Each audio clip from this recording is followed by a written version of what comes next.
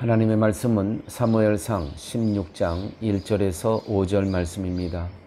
여호와께서 사무엘에게 이르시되 내가 이미 사울을 버려 이스라엘 왕이 되지 못하게 하였거늘 내가 그를 위하여 언제까지 슬퍼하겠느냐. 너는 뿔에 기름을 채워 가지고 가라. 내가 너를 베들레헴 사람 이새에게로 보내리니 이는 내가 그의 아들 중에서 한 왕을 보았느니라 하시는지라. 사무엘이 이르되 내가 어찌 갈 수 있으리이까. 사울이 들으면 나를 죽이리이다 하니 여호와께서 이르시되 너는 암송아지를 끌고 가서 말하기를 내가 여호와께 제사를 드리러 왔다 하고 이새를 제사에 청하라.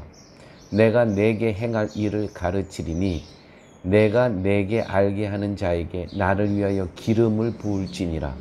사무엘이 여호와의 말씀대로 행하여 베들레헴의 이름에 성읍 장로들이 떨며 그를 영접하여 이르되 평강을 위하여 오시나이까. 이르되 평강을 위함이니이다.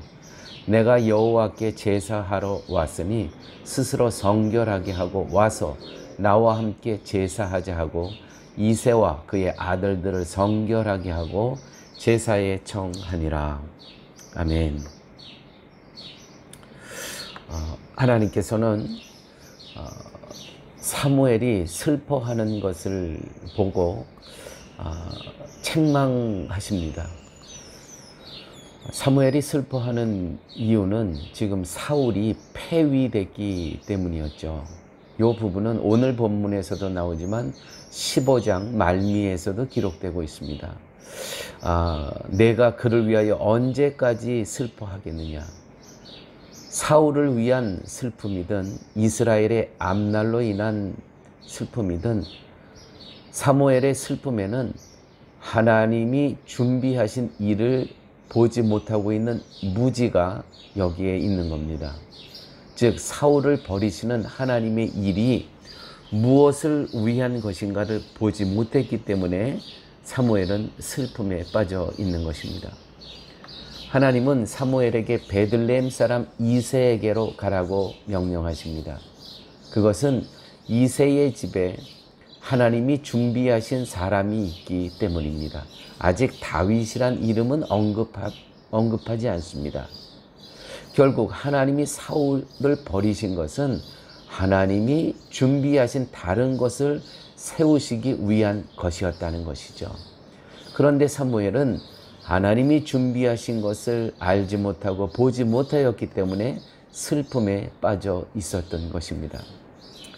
이와 같은 모습이 우리의 신앙생활에도 많이 있죠. 하나님께서 하실 일을 우리가 아직 깨닫지 못했을 때 바로 이와 같은 모습이 우리에게도 종종 나타납니다. 창세기 22장에 보면 하나님이 아브라함에게 독자 이삭을 번제로 바치라고 하십니다. 그리고 아브라함이 그 말씀대로 행하기 위해 이삭과 함께 모리아 땅으로 갈 때 이삭이 이렇게 얘기하죠. 불과 나무는 있거니와 번제할 어린 양은 어디 있나이까. 이 말을 들었을 때 아브라함의 그 마음은 어떻겠습니까? 이삭이 물음에 대해 아브라함이 번제할 어린 양은 하나님이 자기를 위하여 친히 준비하시리라. 이때까지도 아브라함은 하나님이 준비하실 제물을 이삭으로만 알고 있었습니다. 그러나 하나님은 수양을 제물로 준비해 놓으셨죠. 그래서 아브라함이 수양을 가져다가 아들을 대신하여 번제를 드리고 그 땅 이름을 여호와 이레, 여호와께서 준비하셨다라는 그 땅의 이름을 갖게 됩니다. 아브라함도 독자 이삭을 바치라는 명령으로 인해 고민하고 슬퍼했을 것입니다. 하나님이 준비하신 것을 모를 때 이삭을 바쳐야 한다는 현실은 분명 고민이며 슬픔일 수밖에 없지 않았겠습니까? 사무엘의 슬픔은 바로 그러한 의미입니다. 사무엘은 하나님이 준비하신 일을 몰랐던 것입니다. 그러기에 사울이 왕으로 버림을 받았다고 했을 때 이스라엘과 사울이 걱정되어 슬퍼했던 것이죠. 하나님께서는 이미 제2대 이스라엘 왕 다윗을 준비하고 계셨던 것을 아직 사무엘은 몰랐기 때문에 그는 슬퍼할 수밖에 또한 없었던 것입니다. 교회 여러분, 하나님이 인간을 다루시는 데는 분명한 원리가 있으십니다. 그것은 백성이 어둠과 혼란으로 빠져들 때 이미 하나님은 빛을 준비하고 계시다라는 것이죠. 이게 하나님의 원리라는 것입니다. 하나님께서 자기 백성에게 고난과 아픔과 환난을 주실 때는 분명히 또 다른 것을 준비하고 계시고 있다는 것입니다. 하나님의 빛을 준비하고 계신다는 것이죠. 이스라엘의 출애굽 사건이나 사사시대, 그리고 엘리 제사장이 몰락할 때 이미 사무엘을 준비해 놓고 계셨습니다. 사도행전의 사도 바울을 통해서도 확인할 수 있습니다. 사도 바울이 하나님에 의해서 마케도냐로, 빌립보로, 데살로니가로 가게 되면서 고난과 고초를 겪었지만 그 모든 것은 루디아를 만나고 옥중에 간사를 만나고 아굴라와 브리스길라를 만나는 일이 준비된 결과였지 않습니까? 여러분, 고린도후서 4장 17절 현대인의 성경으로 읽습니다. 우리의 잠시 받는 환난이 경한 것이 지극히 크고 영원한 중한 것을 우리에게 이루려 함이니, 라는 뜻은 우리가 잠시 받는 가벼운 고난은 그 무엇과도 비교될 수 없는 크고 엄청난 영원한 영광을 우리에게 가져다 줄 것이라는 것이죠. 그렇습니다. 여러분, 우리가 신앙생활에서 지금 현실에 겪는 아픔과 환난이 있습니다. 그러나 지금 것은 장차 우리가 겪게 될 그 엄청난 영광에 비해서는 이거는 아무것도 비교될 수 없다는 것이죠. 때로는 가정에 어려움이 옵니다. 또한 교회적으로도 어려움이 옵니다. 또한 사업에도 어려움이 옵니다.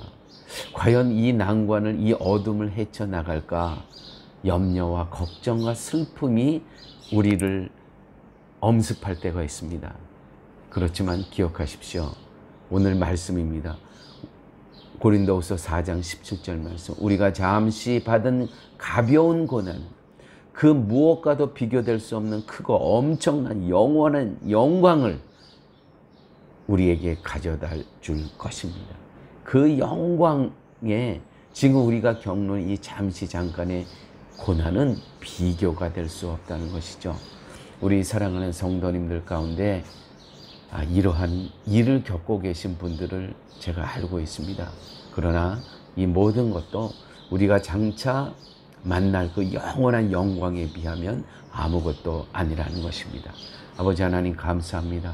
오늘 말씀을 통해서 사무엘은 사울이 폐위된 것만 놓고 슬퍼했지만 이미 하나님께서는 제2대 이스라엘 왕 다윗을 준비하고 계심을 우리가 볼 수 있었습니다.